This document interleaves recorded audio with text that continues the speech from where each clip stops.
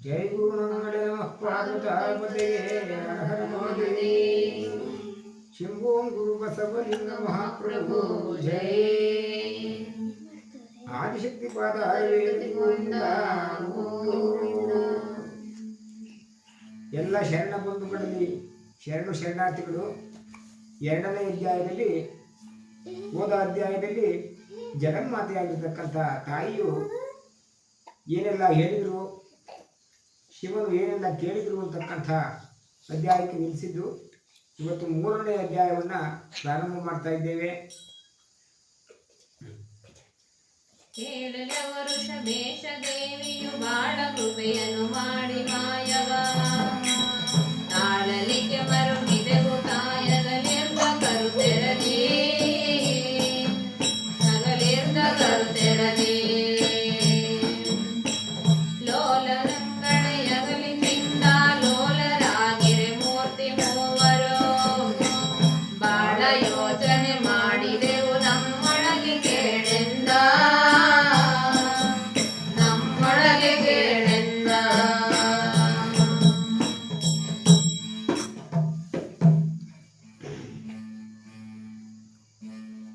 ಪರಮೇಶ್ವರನು ಬಸವೇಶ್ವರನಿಗೆ ಏನುದಾಗಿ ಹೇಳ್ತಾ ಇದ್ದಾರೆ, ಆ ದೇವಿಯು ಬಹಳ ದಯೆಯನ್ನು ತೋರಿಸಿ ನಮ್ಮ ಕರುಣೆಯಿಂದ ದಯವನ್ನು ತೋರಿಸಿದ್ರು, ಮತ್ತೆ ನಮಗೆ ಕಾಣದಂಗೆ ಅದೃಶ್ಯವಾದರು. ಆ ತಾಯಿಯನ್ನು ಕಳ್ಕೊಂಡು ನಾವು ಚಿಕ್ಕ ಮಕ್ಕಳು ತಾಯಿಯನ್ನು ಇಲ್ಲದಿರುವಾಗ ಯಾವ ರೀತಿಯಾಗಿ ಕಷ್ಟವನ್ನು ಪಡ್ತಾ ಇದ್ದು, ಆ ಪ್ರೀತಿಯ ತಾಯಿಯನ್ನು ಅಗಲಿ ಬಹಳ ಚಿಂತೆ ಉಳ್ಳವರಾಗಿ ನಮ್ಮೊಳಗೆ ನಾವು ಬಹಳ ಆಲೋಚನೆಯನ್ನು ಮಾಡ್ತಾ ಇದ್ದೆವು, ಏನೆಂಬುದಾಗಿ ಆಲೋಚನೆ ಮಾಡ್ತಾ ಇದ್ದೆವು ಅಂತ ಹೇಳಿ ಹೇಳ್ತಾ ಇದ್ದಾರೆ. ಚಿಂತೆ ಮಾಡಲು ಬೊಮ್ಮುದೇನದು ಚಿಂತೆ ಕಳೆಯುವ ದೇವಿಯಾಜ್ಞೆಯ ನಂತು ಶಿರಸರಿ ತಾಳ್ದೆವ ಲೋಕದ ವಿಚಾರಕ್ಕೆ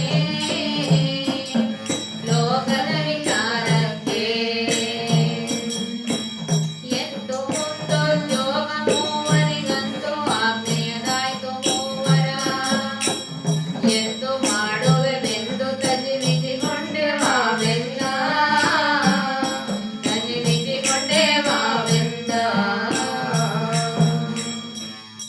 ಈಗ ಚಿಂತೆಯನ್ನು ಮಾಡ್ತಾ ಇರುವಾಗ ಚಿಂತೆಯನ್ನು ಮಾಡಲು ಫಲವಿಲ್ಲ, ಚಿಂತೆಯನ್ನು ಕಳೆಯತಕ್ಕಂಥ ಆ ದೇವಿಯ ಅಪ್ಪಣೆ ಆಗಿದೆ, ಒಪ್ಪಿಗೆ ಆಗಿದೆ. ಜಗತ್ತಿನ ಉತ್ಪತ್ತಿ ಸ್ಥಿತಿ ಲಯಗಳು ಉದ್ಯೋಗದ ವಿಚಾರವಾಗಿ ಮುಂದೆ ಹೇಗೆ ಮೂವರಿಗಂತೂ ಅಪ್ಪಣೆ ಆಯಿತು, ಮೂವರು ಹೇಗೆ ನಮ್ಮ ಕೆಲಸವನ್ನು ಪ್ರಾರಂಭ ಮಾಡಬೇಕು ಎಂಬುದಾಗಿ ಆಲೋಚನಾ ಶಕ್ತಿಯಿಂದ ಆಲೋಚನೆಯನ್ನು ಮಾಡ್ತಕ್ಕಂಥವರಾಗುವುದಾಗಿ ಶಿವನು ಬಸವೇಶ್ವರಿಗೆ ಹೇಳ್ತಾ ಇದ್ದರು. ಜಗಕ್ಕೆ ದೊರೆಯೊಬ್ಬಾತನಾಗಲು ಜಗವಿದು ಸೂತ್ರದಲ್ಲಿ ನಡೆಯುವುದು, ಜಗಕ್ಕೆ ಮೂವರು ದೊರೆಗಳಾಗಲು ಜಗ ನಡೆಯುವುದೆಂದು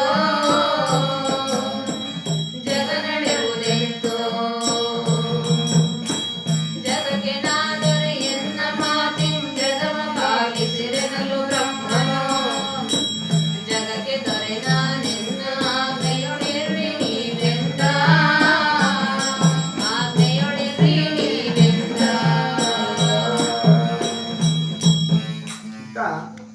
ಜಗಕ್ಕೆ ಒಡೆಯ ಒಬ್ಬನಾದರೆ ಜಗತ್ತಿನ ವ್ಯವಹಾರ ಚೆನ್ನಾಗಿ ನಡೆಯುತ್ತದೆ, ಮೂವರು ಒಡೆಯರಾಗಲು ಜಗತ್ತಿನ ಕಾರ್ಯ ಹೇಗೆ ನಡೆಯುವುದು ಎಂಬುದಾಗಿ ಜಗತ್ತಿಗೆ ನಾನು ಒಡೆಯನಾಗ್ತೇನೆ, ನನ್ನ ಹೇಳಿಕೆಯಿಂದ ಜಗತ್ತಿನ ಕಾರ್ಯವನ್ನು ಮಾಡಿರುವುದು ಶಿವನ ನುಡಿಯಲು ಬ್ರಹ್ಮನು ನಾನು ಒಡೆಯನಾಗ್ತೇನೆ, ನನ್ನ ಹೇಳಿಕೆಯಂತೆ ನೀವಿಬ್ಬರು ಇರ್ರಿ ಎಂಬುದಾಗಿ ಬ್ರಹ್ಮನು ಯಾವ ರೀತಿಯಾಗಿ ಹೇಳ್ತಾ ಇದ್ರು. ಆರಗರ್ಭದಿ ಭುವನಾದಿ ನಾನ್ಕಾರಿಗೊಂಡು ಅವರೇ ದೊರೆಗಳು ಆರಿಗಿಲ್ಲವೋ ಅವರಿಗೆ ಕರನೆನಲು ಅದನಗುದ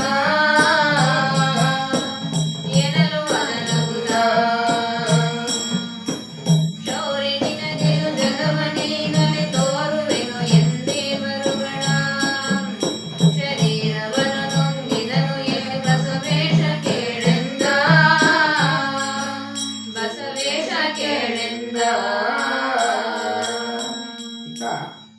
ಬ್ರಹ್ಮನು ಏನುದಾಗಿ ವಿಚಾರವನ್ನು ಮಾಡ್ತಾ ಇದ್ರು, ಜಗಕ್ಕೆ ಒಬ್ಬನೇ ದೊರೆಯಾಗಿದ್ದರೆ ಈ ಜಗವು ಸುಸೂತ್ರವಾಗಿ ನಡೀತದೆ, ಅದಕ್ಕೋಸ್ಕರ ಒಬ್ಬರು ಒಡೆಯರಾಗಿ ಇನ್ನಿಬ್ಬರು ಅವರ ಕೈಗಳಿಗೆ ಕೆಲಸವನ್ನು ಮಾಡಬೇಕು ಎಂಬುದಾಗಿ ಹೇಳ್ತಾ ಇದ್ದ ಸಂದರ್ಭದಲ್ಲಿ ಬ್ರಹ್ಮದೇವರು ಏನೆಂಬುದಾಗಿ ಹೇಳಿದರು, ಯಾರ ಹೊಟ್ಟೆಯಲ್ಲಿ 14 ಲೋಕಗಳಿರುವವು ಅವರೇ ಒಡೆಯರು, ಯಾರು ಇಲ್ಲವೋ ಅವರು ಸೇವಕರೆಂಬುದಾಗಿ ಶಿವನು ಹೇಳುತ್ತಿರುವಾಗ ಬ್ರಹ್ಮನು ನಗುತ್ತಾ ತನ್ನ ನಾರಾಯಣನಿಗೆ ಲೋಕಗಳನ್ನು ತೋರುವೆನೆಂಬುದಾಗಿ ನಮ್ಮಿಬ್ಬರ ಶರೀರವನ್ನು ಯಾವ ರೀತಿಯಾಗಿ ನುಂಗಿದ ಅಂತಕ್ಕಂತಹ ವಿಚಾರವನ್ನು ಹೇಳ್ತಾ ಇದ್ದಾರೆ.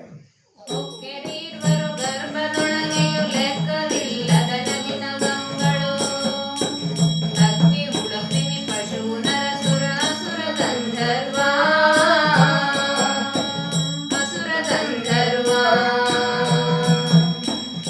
ಅಗ್ಗ ಸನಿಪ ಸಮುದ್ರರಣ್ಯವು ಸೊಕ್ಕಿರುವ ದೇಶಾಧಿಪತಿಗಳು, ಲೆಕ್ಕವಿಲ್ಲದೆ ತೋರುತ್ತಿದ್ದರು ಅಜನ ಗರ್ಭದಲ್ಲಿ, ಅಜನ ಗರ್ಭದಲ್ಲಿ. ಹೀಗಿರುವಾಗ ಬ್ರಹ್ಮನು ವಿಷ್ಣುವನ್ನು ಮತ್ತು ಶಿವನನ್ನು ತನ್ನ ಬಾಯೊಳಗೆ ಇಬ್ಬರನ್ನು ನುಂಗಿದ ಮತ್ತು ನಾವಿಬ್ಬರು ಹೋಗಿ ಆ ಒಳಗಡೆ ಬ್ರಹ್ಮನ ಲೋಕದಲ್ಲಿ ಏನೇನಿದೆ ಅಂತಕ್ಕಂಥದ್ದನ್ನ ನೋಡ್ತಾ ಇದ್ವು. ಅಲ್ಲಿ ರಥವು, ಕುದುರೆ, ಕಾಲಾಳು, ಮಹಾರಥಿಕರು, ಕತ್ತಿಗಳು, ಕಹಳೆ, ದೊಡ್ಡ ನಗಾರಿ, ಮೇಲಾದ ಯುದ್ಧಭೂಮಿ, ಗಾಳಿ ಹೊಡೆತದಿಂದ ಧ್ವನಿಯಾಗ್ತಕ್ಕಂಥ ವಾದ್ಯಗಳು, ಶುಭ ಮಂಗಳಗಳು, ಸತ್ವ, ರಜ, ತಮರ, ನಿಪ, ಬ್ರಹ್ಮ, ರುದ್ರ, ಋಷಿಗಳು ಲೆಕ್ಕವಿಲ್ಲದೆ ಬ್ರಹ್ಮನ ಹೊಟ್ಟೆಯಲ್ಲಿ ಶೋಭಾಯಮಾನವಾಗಿದ್ದರು. ವಿವೇಕ ಮೂರ್ತಿಗಳ ನ್ಯಾಯ ನಿರ್ಣಯವನ್ನ ಅಂದರೆ ಶರೀರ ನುಂಗೋಣ, ಇವುಗಳು ನಿಜವಾದ ಅರ್ಥವನ್ನು ಮುಮುಕ್ಷುಗಳು ಅವಶ್ಯಕವಾಗಿ ತಿಳಿತಕ್ಕಂಥದ್ದು ಎಂಬುದಾಗಿ ನ್ಯಾಯ ನಿರ್ಣಯ ಯಾವುದೊಂದು ವಸ್ತು ಒಳಗೆ ತಯಾರಾಗದೆ ಹೊರಗೆ ತೋರುವುದಿಲ್ಲ. ಆದ್ದರಿಂದ 4 ಅಂತಃಕರಣ, 5 ಜ್ಞಾನೇಂದ್ರಿಯ, 5 ಕರ್ಮೇಂದ್ರಿಯ, ಇವೇ 14 ಲೋಕಗಳು. ಇವುಗಳನ್ನು ಹುಟ್ಟಿಸುವ, ರಕ್ಷಿಸುವ, ಲಯಿಸುವ ಶಕ್ತಿಯು ಯಾರೊಂದಿರುವುದು ಅವರ ಹೊಟ್ಟೆಗೆ 14 ಲೋಕಗಳು ಇದ್ದಂತೆ ಎಂಬುದಾಗಿ ತಿಳಿಯಬೇಕು. ಅವರೇ ಹಿರಿಯವರೆಂದು ನಿರ್ಣಯವಾಗಬೇಕು. ಯಥಾ ಬ್ರಹ್ಮಾಂಡ ತಥಾ ಪಿಂಡಾಂಡ ಎಂಬ ನಿಯಮದಂತೆ ಬ್ರಹ್ಮಾಂಡದಲ್ಲಿರುವ ಸರ್ವ ವಸ್ತುಗಳು ಪಿಂಡಾಂಡ ಅಂದರೆ ದೇಹದಲ್ಲಿ ಸೂಕ್ಷ್ಮ ರೂಪದಿಂದ ಇರುವು. ದೇಹದಲ್ಲಿರುವ ವಸ್ತುಗಳನ್ನು ತಿಳಿದರೆ ಈ ಬ್ರಹ್ಮಾಂಡದಲ್ಲಿ ಇರ್ತಕ್ಕಂಥ ವಸ್ತುಗಳನ್ನು ತಿಳಿದಂತೆ ಎಂಬುದಾಗಿ ನಿಶ್ಚಯಿಸತಕ್ಕದ್ದು. ಸೂಕ್ಷ್ಮ ಶರೀರ ರೂಪದಿಂದ ಶರೀರ ನುಂಗೋಣ, ಸ್ಥೂಲ ಶರೀರ ಜಾಗ್ರಾವಸ್ಥೆ, ಇವುಗಳಿಗೆ ವಿಷ್ಣು ಅಧಿಪತಿಯು. ಯಾಕೆಂದರೆ ಲೋಕಗಳ ಸಂರಕ್ಷಣೆಯ ವ್ಯವಹಾರ ಇಲ್ಲಿಯೇ ನಡೆಯುವುದರಿಂದ ಸೂಕ್ಷ್ಮ ಶರೀರ ಸ್ವಪ್ನಾವಸ್ಥೆಗಳಿಗೆ ಬ್ರಹ್ಮ ಒಡೆಯನು. ಯಾಕೆಂದರೆ ಉತ್ಪತ್ತಿಯ ವ್ಯವಹಾರ ಇಲ್ಲಿಯೇ ನಡೆಯುವುದರಿಂದ ಕಾರಣ ಶರೀರ ನಿದ್ರಾವಸ್ಥೆಗೆ ರುದ್ರನ ಒಡೆಯನು. ಯಾಕೆಂದರೆ ಜಾಗೃತ ಸ್ವಪ್ನದಲ್ಲಿ ನಡೆದ ವ್ಯವಹಾರ ಇಲ್ಲಿಯೇ ಲಯವಾಗುವುದು. ಜಾಗೃತದಲ್ಲಿ ಚೆನ್ನಾಗಿ ತಿಳಿಯುವ ಸರ್ವಗುಣವು ಸ್ವಪ್ನದಲ್ಲಿ ಸಂಶಯ ತಿಳಿಯುವ ರಜೋಗುಣವು ನಿದ್ರೆಯಲ್ಲಿ ಏನೂ ತಿಳಿಯದೆ ಲಯವಾಗುವುದು. ಜಾಗೃತದಲ್ಲಿ ಚೆನ್ನಾಗಿ ಏನು ತಿಳಿಯ ಬರುವ ತಮೋ ಗುಣವು ಮುಖ್ಯವಾಗಿರುವುದು. ಹೀಗಿರಲು ಬ್ರಹ್ಮವು ವಿಷ್ಣು ರುದ್ರರನ್ನು ನುಂಗಿದನೆಂದರೆ ಅದರ ವ್ಯವಹಾರ ಏನೂ ತಿಳಿಯದೆ ಕೇವಲ ಕಲ್ಪನಾಮಯ ಶರೀರವುಳ್ಳವನಾದನು. ಬ್ರಹ್ಮನ ಕಲ್ಪನಾಮಯ ಸೃಷ್ಟಿಯನ್ನು ಇವರಿಬ್ಬರು ಅನೇಕ ವಿಧವಾಗಿ ನೋಡಿದರು. ಕಲ್ಪಿಸಿದಂತೆ ವಸ್ತುಗಳು ತೋರತೊಡಗಿದವು. ನೋಡಿದೆವು ಬಹು ದೇಶ ಕೋಶವ, ನೋಡಿದೆವು ಬಹು ತೀರ್ಥ ಕ್ಷೇತ್ರವ, ನೋಡಿದೆವು ಮಹಾಸ್ವರ್ಗ ವಿತಡಾತಳಗಳೆಂಬುವನು, ವಿತಡಾತಳಗಳೆಂಬುವನು. ನೋಡಿದೆವು ಶಿವನ ಜನ ಲೋಕವ, ನೋಡಿದೆವು ವೈಕುಂಠವೆಂಬುದ, ನೋಡಿ ನೋಡಿಯೇ ಹರುಷಿಸಿದೆವ ವೀರರುಗಳೆಂದ, ವೀರರುಗಳೆಂದ. ವಿಷ್ಣು ರುದ್ರರಿಬ್ಬರು ಅನೇಕ ದೇಶ, ಖಜಾನೆ, ತೀರ್ಥಕ್ಷೇತ್ರ, ಸ್ವರ್ಗ, ಪಾತಾಳದ ಲೋಕಗಳನ್ನು, ತ್ರಿಮೂರ್ತಿಗಳ ಕೈಲಾಸ, ಸತ್ಯಲೋಕ, ವೈಕುಂಠ ಲೋಕಗಳನ್ನು ವಿಶೇಷವಾಗಿ ನೋಡಿ ಆನಂದವನ್ನು ಕೊಡ್ತಾ ಇದ್ರು ಅಂತಕ್ಕಂಥಾಗಿ ಶಿವನು ನಂದೀಶ್ವರಿಗೆ ಹೇಳ್ತಾ ಇದ್ರು. ಮತ್ತೇನಾಯ್ತು? ದಾರಿ ತಪ್ಪಿದೆ ವಾವು ಬಯಲನ್ನು ಸೇರುವುದು ಹೊಸದಡವದಾಗಿರೆ, ಮೀರಿ ಹೋಗುತ್ತಲೊಡದೆ ಬ್ರಹ್ಮನ ಪಾಲದಲ್ಲಿ ನಾನು, ಬ್ರಹ್ಮನ ಪಾಲದಲ್ಲಿ ನಾನು. ಶೌರಿಕ ಕೆಳಭಾಗ ತಿಳಿದು ಮಾರ್ಗದಲ್ಲಿ ಹೊರಟನಾದನೆ, ಸೇರಿದುದು ನಾಮವು ಅಧೋಕ್ಷಜನೆಂಬ ಹೆಸರಿನಲ್ಲಿ, ಎಂಬ ಹೆಸರಿನಲ್ಲಿ. ಹೊರಗೆ ಬರುವುದು ಅಸಾಧ್ಯವಾಗಿ ಕಲ್ಪನಾ ಮೀರಿ ಏನೂ ತಿಳಿಯದೆ ಬ್ರಹ್ಮನ ಮೇಲಿರುವ ಕಾರಣ ಶರೀರಕ್ಕೆ ಹೋದ ಬ್ರಹ್ಮನು ಮೇಲಿರುವ ಕಾರಣ ಶರೀರಕ್ಕೆ ಹೋದನು, ವಿಷ್ಣುವು ಕೆಳಗಿಳಿದನು. ಅಂದರೆ ಹೊರಗಿನ ದೃಷ್ಟಿ ಉಳ್ಳವನಾಗಿ ಸ್ಥೂಲ ಶರೀರಕ್ಕೆ ಬಂದನು. ಮತ್ತೆ ಮುಂದೇನಾಯಿತು? ಮೆಚ್ಚಿದೆವು ನಾವನನ ಗರ್ಭದ ಹೆಂಚಿನ ಲೋಕದೊಳ ಕಂಡೆ, ಅಚ್ಚರಿಯ ಪಡೆ ವಿಷ್ಣು ನುಡಿದನು ಎನ್ನ ಗರ್ಭದಲ್ಲಿ, ಎನ್ನ ಗರ್ಭದಲ್ಲಿ. ಮುಚ್ಚು ಮರೆಯಿಲ್ಲದಲೆ ನೋಡಿದೆ ನಿಚ್ಚಳವಾದ ಲೋಕವ, ಇಚ್ಛೆಯುಳ್ಳವರು ಹೋಗಿರೆಂದೇ ತೆರೆಗನಾದನವ, ತೆರೆಗನಾದನವ. ಬ್ರಹ್ಮನ ಉದರದಲ್ಲಿರುವ ಅನೇಕ ಲೋಕಗಳನ್ನು ನಾವು ಕಂಡೆವು, ಒಡಂಬಟ್ಟೆವು. ಆ ಕಾಲಕ್ಕೆ ವಿಷ್ಣು ನನ್ನ ಶರೀರದಲ್ಲಿ ಮೋಸವಿಲ್ಲದೆ ಸದಾ ನಿರ್ಮಲವಾದ ಲೋಕಗಳನ್ನು ಆಶ್ಚರ್ಯ ಪಡುವಂತೆ ನೋಡಿದರೆ ಆಸೆಯುಳ್ಳವರೇ ಹೋಗಿರೆಂದು ಬಾಯಿಯನ್ನು ತೆರೆದನು ವಿಷ್ಣು. ಮತ್ತೆ ಏನಾಯಿತು ಎಂಬುದನ್ನು ಶಿವನು ಹೇಳ್ತಾ ಇದ್ದಾರೆ. ನೋಡದಲೆ ನೀ ವಿಷ್ಣು ಗರ್ಭವ ನೋಡದರೆ ಆಯ್ತಿಬ್ಬರೇತಗೆ, ನೋಡು ಎನೆ ವಿಷ್ಣುವಿನ ಜಠರಾಂತರಕ್ಕೆ ಅದನಿಳಿದು, ಜಠರಾಂತರಕ್ಕೆ ಅದನಿಳಿದು. ನೋಡುತ್ತಿರುತ್ತಿರೆ ವಿಷ್ಣು ಯೋಗ ರೂಢನಾಗುತ್ತಾಲದೆಲೆಯಲ್ಲಿ, ಮಾಡಿದನು ಶಯನವನು ಪೂರ್ಣ ಬ್ರಹ್ಮದಾನಾದ, ಪೂರ್ಣ ಬ್ರಹ್ಮದಾನಾದ. ಬ್ರಹ್ಮನೇ, ಇಬ್ಬರು ನೋಡುವುದಕ್ಕೆ ನೀನು ವಿಷ್ಣುವಿನ ದೇಹದೊಳಗೆ ನೋಡಿದರಾಯಿತು. ನೋಡೆಂಬುದಾಗಿ ಶಿವನು ನುಡಿಯಲು ಬ್ರಹ್ಮನು ವಿಷ್ಣುವಿನ ದೇಹದಲ್ಲಿ ಹೊಕ್ಕು ನೋಡುತ್ತಿರುವಾಗ ವಿಷ್ಣುವು ಜಾಗ್ರಾವಸ್ಥೆಯಲ್ಲಿ ಹೃದಯ ಕಮಲದ ಅಷ್ಟದಳದ ಕಮಲದಲ್ಲಿ ನಿದ್ರಿತನಾದನು. ಅಂದರೆ ಸರ್ವ ವಾಸನಾರಹಿತನಾಗಿ ಶಕ್ತಿಯ ರೂಪದಲ್ಲಿ ಮಗ್ನಾಗಿರುವಾಗ ಮುಂದೆ ಏನಾಯಿತು? ದೇವಿ ಚರಣ ಮುಜದ ಧ್ಯಾನದಿ ಕಾವುದಬ್ಬಲು ಇಂದ್ರಿವಾಯೋ, ಕೇವಲದ ಪರಮಾತ್ಮನಾದನು ಹರಿಬಹಿರ ಮರೆದು, ಹರಿಬಹಿರ ಮರೆದು. ಈ ವಿಚಾರವ ಕಾಣಲಿಕ್ಕೆ ನಾ ಭಾವಿಸಿದೆ ನಾವೀರ್ವರವರೇ, ತಾವು ಬಂದರೆ ನೋಡ್ಬೇಕೆಂದೇ ಬಿಟ್ಟೆ ನಾ ಸ್ಥಳವ, ಬಿಟ್ಟೆ ನಾ ಸ್ಥಳವ. ವಿಷ್ಣು ದೇವಿಯ ಪಾದಕಮಲದ ಧ್ಯಾನದಿಂದ ಇಂದ್ರಿಯಗಳು ವಾಯುವು ನಿಶ್ಚಲವಾಗಲು ಬಾಹ್ಯವನ್ನು ನೋಡದೆ ಪರಮಾತ್ಮ ಸ್ವರೂಪವುಳ್ಳವನಾದನು. ಈ ಸ್ಥಿತಿಯನ್ನು ನೋಡಿ ಅವರಿಬ್ಬರು ಬಂದರೆ ವಿಚಾರಿಸೋಣ ಎಂದು ಆ ಸ್ಥಾನವನ್ನು ಶಿವನು ಬಿಟ್ಟನು. ಮುಂದೇನಾಯಿತು? ಈಗ ನೋಡ್ವೆನ ಜಾಂಡವಿದು ಹೇಗಿರುವುದು ಎಂಬೋಗುತ್ತಿರುತ್ತಿರೆ, ಆಗ ಮುಸುಗುತ್ತಲೆಂದು ನಾನಾ ವಿಧದ ಚಿತ್ರದಲ್ಲಿ, ನಾನಾ ವಿಧದ ಚಿತ್ರದಲ್ಲಿ.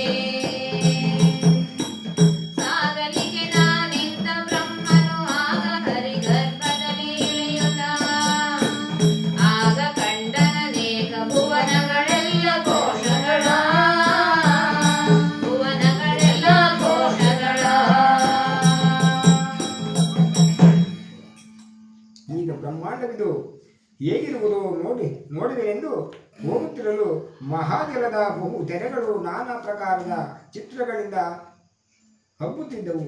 ನಾನು ಆ ಕಡೆಗೆ ಬರಲು ಆಗ ಬ್ರಹ್ಮನು ವಿಷ್ಣುವಿನ ದೇಹದೊಳಗೆ ಅನೇಕ ಲೋಕಗಳನ್ನು ನೋಡುತ್ತಾ ಇದ್ದನು. ಮತ್ತು ಬ್ರಹ್ಮನುದರದಿ ಗಂಡ ತೆರದಲ್ಲಿ ಬ್ರಹ್ಮ ಗಂಡ ವಿಷ್ಣುವುದರದಿ, ಬ್ರಹ್ಮ ಲೋಕವ ಮೊದಲುಗೊಳ್ಳುತ್ತೆ ಬಹು ವಿಚಿತ್ರವನು, ಬಹು ವಿಚಿತ್ರವನು. ಬ್ರಹ್ಮ ನೋಡಿಯೇ ದಣಿದು ಮಾರ್ಗವ ಬ್ರಹ್ಮ ಕಾಣದೆ ನಾಭಿ ಕಮಲದಿ, ಬ್ರಹ್ಮ ಹೊರಟನು ಬೆದರಿ ನೋಡಿದ ನಾಲ್ಕು ದಿಕ್ಕುಗಳ, ನಾಲ್ಕು ದಿಕ್ಕುಗಳ. ಬ್ರಹ್ಮನ ಉದರದಲ್ಲಿ ಕಂಡ ಹಾಗೆ ಬ್ರಹ್ಮ ವಿಷ್ಣುವಿನ ದೇಹದಲ್ಲಿ ಬ್ರಹ್ಮಲೋಕ ಮೊದಲಾಗಿರ್ತಕ್ಕಂಥ ಅನೇಕ ಆಶ್ಚರ್ಯವಾದವುಗಳನ್ನು ನೋಡುತ್ತಿದ್ದನು. ನೋಡಿ ನೋಡಿ ಬೇಸತ್ತು ಹೊರಗೆ ಹೋಗುವ ದಾರಿ ತಿಳಿಯದೆ ವಿಷ್ಣುವಿನ ಹೊಕ್ಕಳಿನಿಂದ ಹೊರಟು ಗಾಬರಿಯಾಗಿ 4 ದಿಕ್ಕುಗಳನ್ನು ನೋಡ ಹತ್ತಿದನು. ಮುಂದೇನಾಯ್ತು? ನಾಲ್ಕು ದಿಕ್ಕನು ನೋಡಲಿಕ್ಕೆ ಮುಖ ನಾಲ್ಕು ಆದವು ಅದನ್ನು ಮೋರೆಯ ಮೇಲಕ್ಕೆತ್ತಿ ನೋಡೆ ಮತ್ತೊಂದಾಯ್ತು ಆದನವು ಮತ್ತೊಂದಾಯ್ತು ಆದನವು ಏಕಮುಖ ಕಾಲಾಂತರದಿ ಶಿವನೇಕ ಬಾಲಾಗಿರುವುದು ಕೇಳೈ ನಾಲ್ಕು ಮುಖದಿ 4 ವೇದಗಳು ಹುಟ್ಟಿದವು ಎಂದ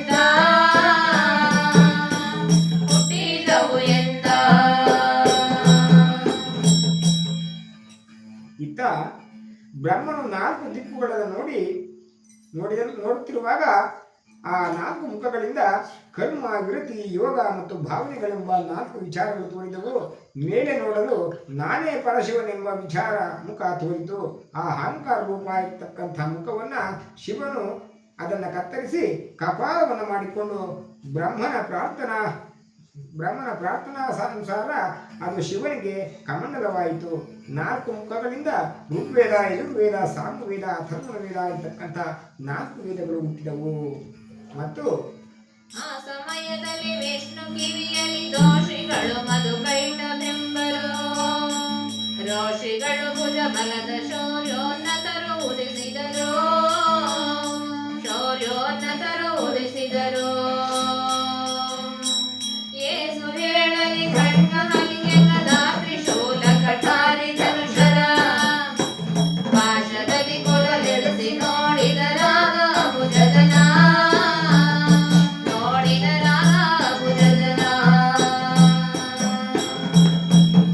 ಅದೇ ವೇಳೆಯಲ್ಲಿ ವಿಷ್ಣುವಿನ ಕಿವಿಯೊಳಗಿದ್ದ ಪಾಪಿಗಳು ಸಿಟ್ಟುಳ್ಳವರು ಮೇಲಾದ ಭುಜಬಲ ಪರಾಕ್ರಮಗಳು ಆದ ಮಧು ಕೈಟವರು ಹುಟ್ಟಿದರು. ಎಷ್ಟು ಏಳುಗಳೇನಿದೆ! ಕತ್ತಿ, ಡಾಲು, ಗದೆ, ತ್ರಿಶೂಲ, ಬಿಲ್ಲು, ಬಾಣಗಳಿಂದ ಕೊಲ್ಲರಿಚ್ಚಿಸಿ ಆ ಬ್ರಹ್ಮನನ್ನ ನೋಡಿ ಯುದ್ಧಕ್ಕೆ ಬಾ ಎಂಬುದಾಗಿ ಕರೆಯತಕ್ಕಂಥವರಾಗಿದ್ದರು ಆ ಮಧು ಕೈಟವರು. ಮತ್ತು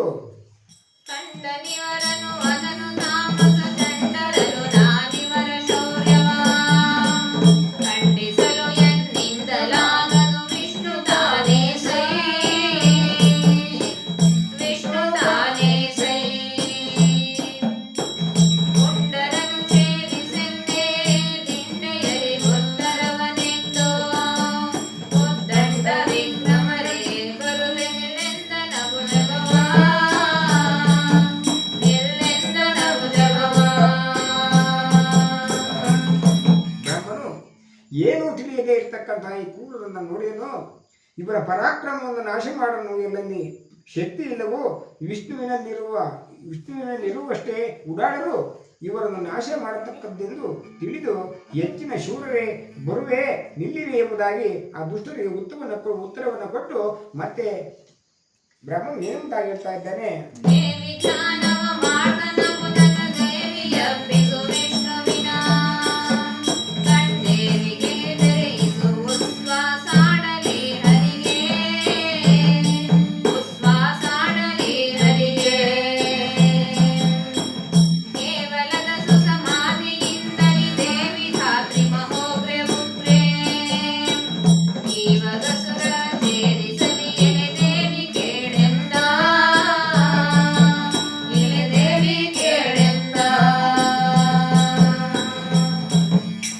ಜಗನ್ಮಾತೆಯಾಗಿರ್ತಕ್ಕಂತಹ ದೇವಿಯೇ, ಆ ವಿಷ್ಣುವಿನ ಕಣ್ಣನ್ನು ಬೇಗ ತೆರೆಯಿಸು, ಅವನು ಉಸಿರಾಡಲಿ, ಅವನನ್ನು ಎಬ್ಬಿಸು, ಪೂರ್ಣ ಸಮಾಧಿಯಿಂದ ಎಚ್ಚರಿಸು.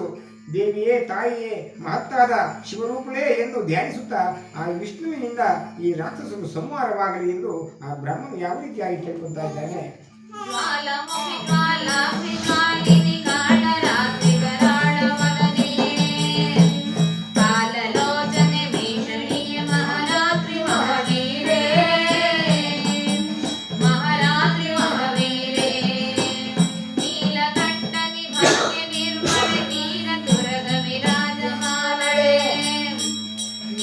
ವಸನೆ ಹರಿಯ ಹೆಮ್ಮೆಸು ಎಂದನವು ಜಗವಾ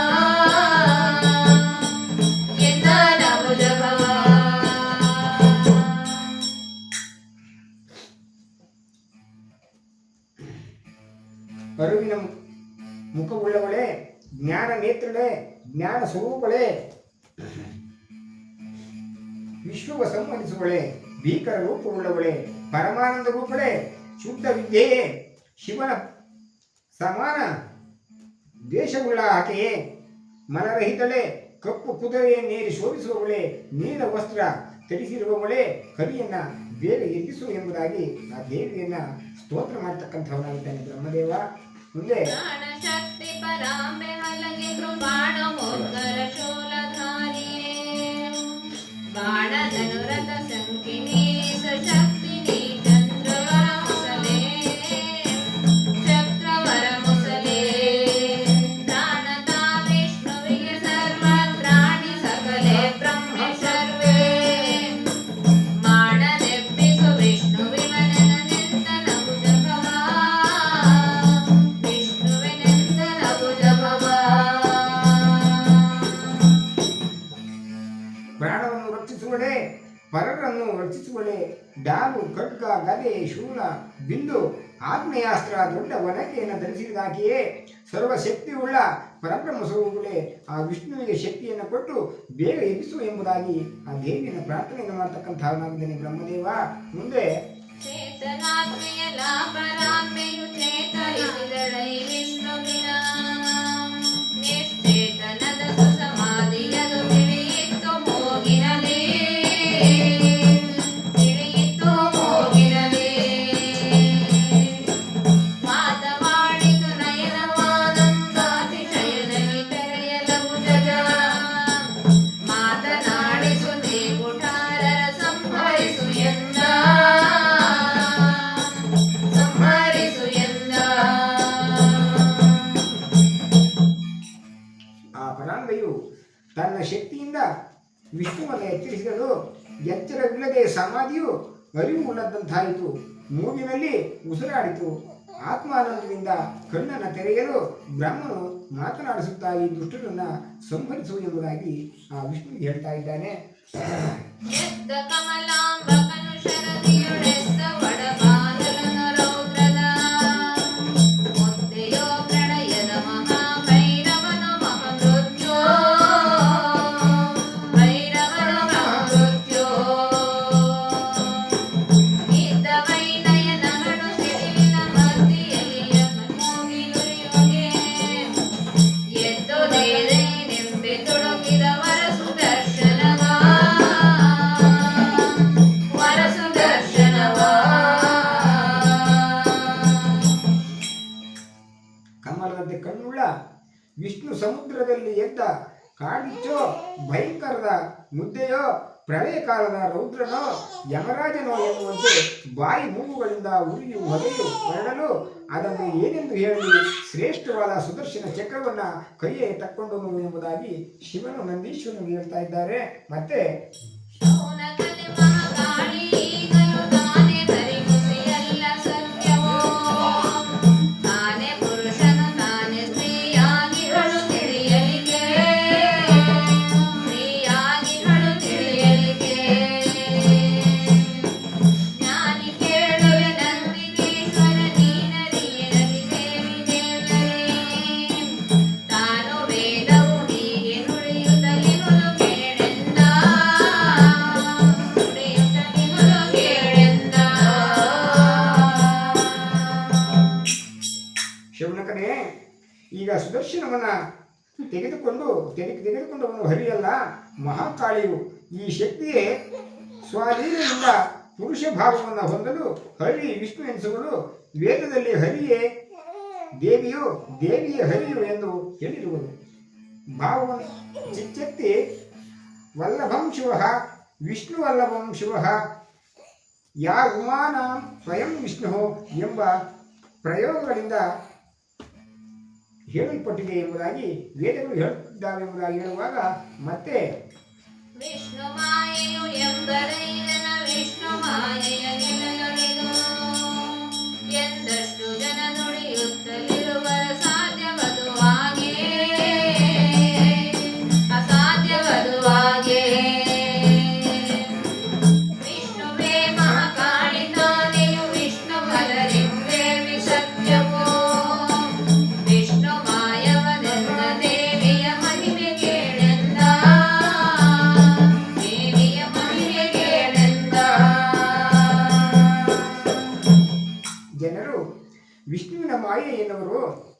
ಕೆಲವರು ವಿಷ್ಣುವಿನ ಮಾಯೆಯನ್ನು ಗೆಲ್ಲಲು ಆಶ್ಚರ್ಯ, ಅದು ಅಸಾಧ್ಯವಾಗಿರುವುದೆಂದು ನುಡಿಯುತ್ತಿರುವರು.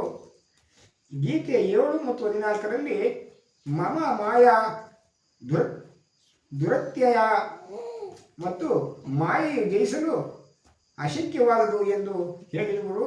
ವಿಷ್ಣುವೇ ಮಹಾಕಾಳಿಯು, ದೇವಿಯೇ ವಿಷ್ಣು ಎಂಬುದು ಸತ್ಯವು.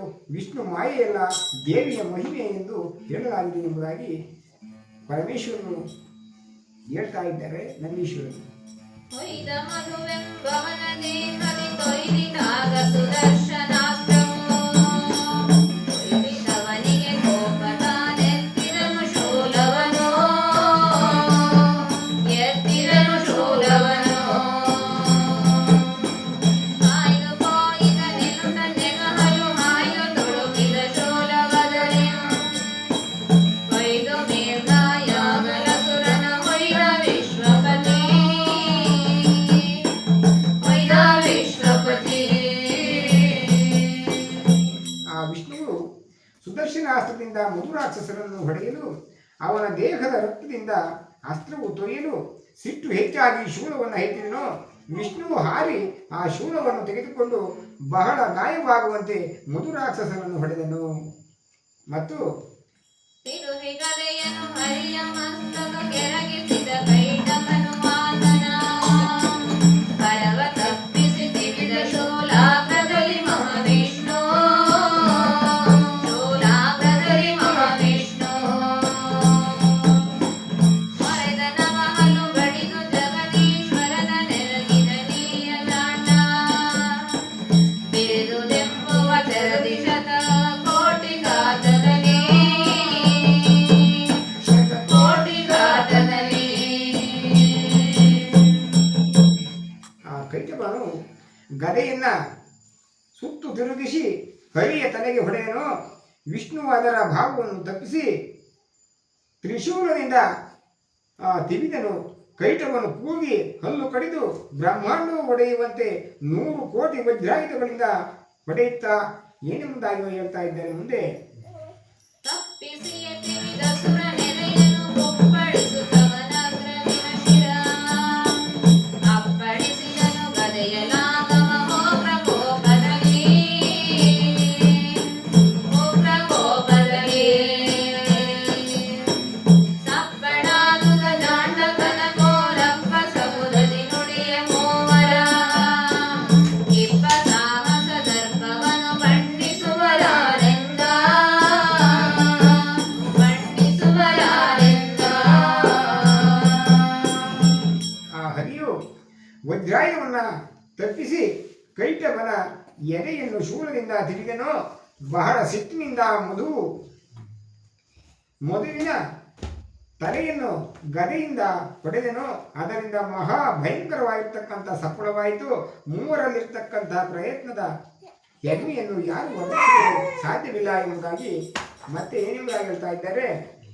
ಕುಣಿಯುತ್ತಿದ್ದವು ಮೀಸೆ ಮೂವರು ನಡೆಸಲೇ ನಯನಗಳ ಕಿವಿಗಳು, ತನ ತೆರೆಯ ಮೋಡಿಸಿದವು ಮೋದಲಿಸಿದವು ಜಗವ,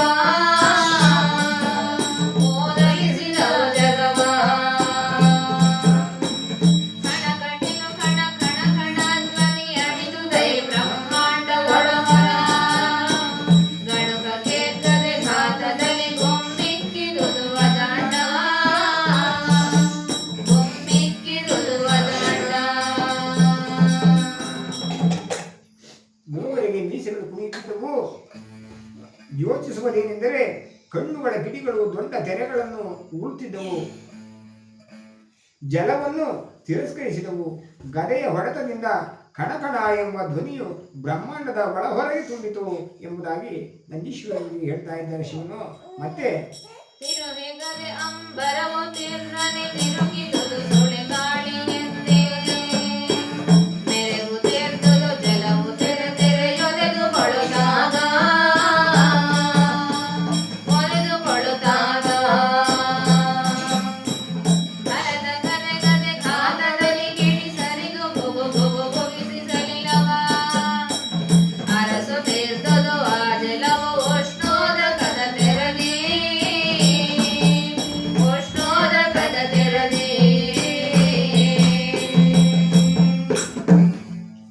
ಕಥೆಯನ್ನು ತಿರುಗಿಸುತ್ತಿರುವಾಗ ಆಕಾಶವು ಮುಂದೆಗೆ ತಿರುಗುವಂತೆ ಆಯಿತು. ಸುಡುಗಾಳಿ ಎದ್ದು ನೀರು ಸಪ್ಪಳವಾಗುತ್ತಿತ್ತು. ಅನೇಕ ತೆರೆಗಳು ಉಂಟಾದವು.